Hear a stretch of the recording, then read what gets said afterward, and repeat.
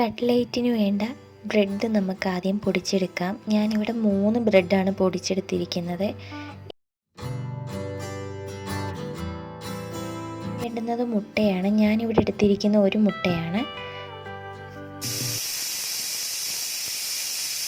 കിഴങ്ങ് നമ്മൾ കുക്കറിനകത്തിട്ട് നന്നായിട്ടൊന്ന് അടിച്ചെടുക്കണം, നന്നായിട്ട് വെന്ത് കിട്ടാനായിട്ട്.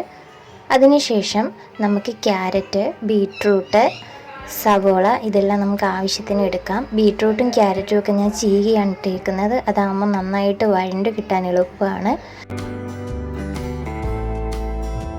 ഇഞ്ചി വെളുത്തുള്ളി പേസ്റ്റാണിത്. ഇതും നമുക്കൊരു കുഞ്ഞു പീസ് വെച്ച് നമുക്ക് ചതച്ചെടുക്കാം.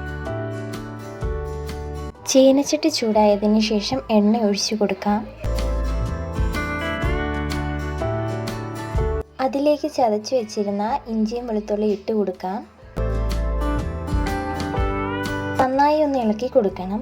ഇളക്കി കൊടുത്തതിന് ശേഷം നമുക്ക് ചീകി വെച്ചിരുന്ന ബീട്രൂട്ടും ക്യാരറ്റും അരിഞ്ഞ സവോളയും എല്ലാം ഇട്ട് നന്നായി ഇളക്കി കൊടുക്കണം. അത് നമ്മൾ ആവിയിൽ അടിച്ചു വെച്ച് ഒന്ന് വേവിക്കണം. ആവശ്യത്തിന് ഉപ്പും ചേർത്ത് കൊടുക്കണം.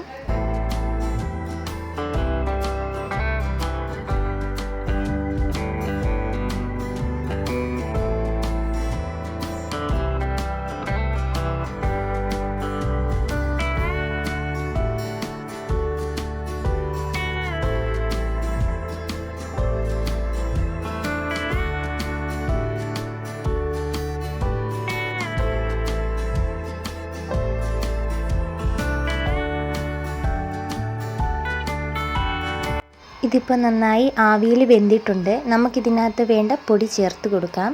ആവശ്യത്തിന് ഗരം മസാല,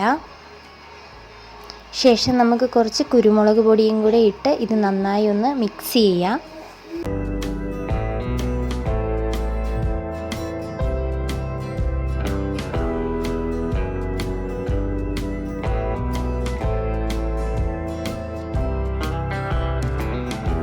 മിക്സ് ചെയ്തതിന് ശേഷം നമ്മൾ കുക്കറിനകത്ത് അടിച്ചെടുത്ത കിഴങ്ങ് നന്നായി വെന്തതിന് ശേഷം കൈ കൊണ്ടൊന്ന് പൊടിച്ചെടുക്കാം. ഈ പൊടിച്ചെടുത്ത് മാറ്റി വെക്കുക.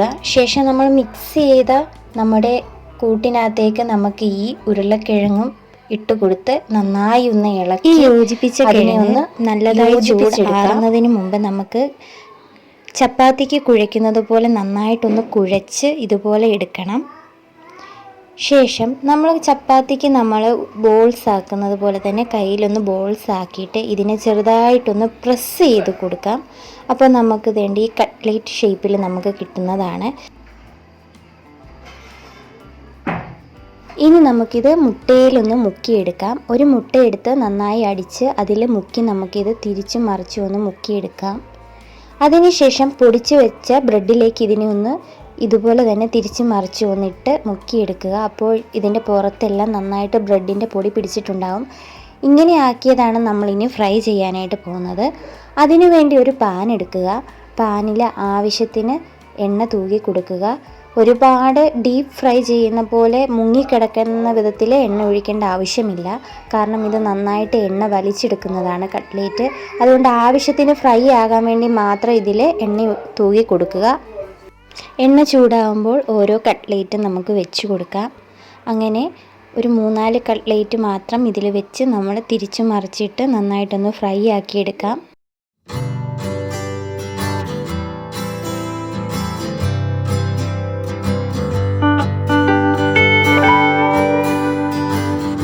അങ്ങനെ നമ്മുടെ കട്ട്ലേറ്റ് റെഡിയായി കഴിഞ്ഞു.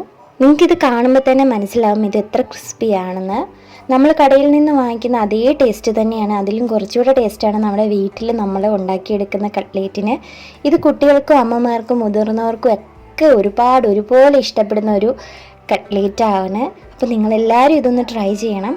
ട്രൈ ചെയ്തിട്ട് നിങ്ങളുടെ കമൻറ്റുകൾ രേഖപ്പെടുത്തുക. അപ്പോൾ നിങ്ങൾക്ക് ഇഷ്ടപ്പെട്ടെങ്കിൽ സപ്പോർട്ട് ചെയ്യുക.